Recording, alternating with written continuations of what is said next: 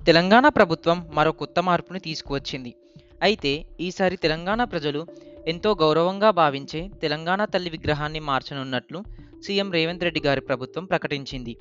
ఈ నిర్ణయంపై భిన్నాభిప్రాయాలు వ్యక్తమవుతున్నాయి. ప్రజలు ఈ మార్పును తీవ్రంగా వ్యతిరేకిస్తున్నారు. ఎందుకని రేవంత్ రెడ్డి ప్రభుత్వం ఈ నిర్ణయం తీసుకుంది అని ఈ వీడియోలో మనం డిస్కస్ చేద్దాం. టాపిక్లోకి వెళ్లే ముందు ఈ వీడియోను ఒకసారి లైక్ చేయండి. అయితే జూన్ 2, 2014న తెలంగాణ రాష్ట్రం ఏర్పడింది. హైదరాబాద్ ప్రాంతం సీమాంధ్రలో విలీనం కాకముందు నిజాంలచే పరిపాలించబడింది. అయితే తెలంగాణ ప్రజలు వారికి ప్రత్యేక రాష్ట్రం కావాలని ఎన్నో ఉద్యమాలు చేశారు. ఆ ఉద్యమాల కారణంగా ఎంతోమంది త్యాగాల వలన తెలంగాణ రాష్ట్రం ఏర్పడింది. అసలు తెలంగాణ తల్లిని ఎప్పుడు ఏర్పాటు చేశారు?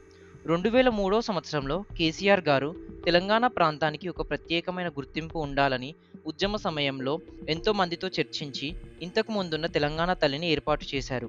ఆ విగ్రహాన్ని వారి పార్టీ కార్యాలయంలో ప్రారంభించారు. అనేక తెలంగాణ గ్రామీణ ప్రాంతాల్లో నేటికి తెలంగాణ తల్లి విగ్రహాన్ని మనం చూడొచ్చు. ప్రస్తుతం ఉన్న కాంగ్రెస్ ప్రభుత్వం ఈ మార్పుకి కారణాన్ని ఈ విధంగా చెబుతుంది.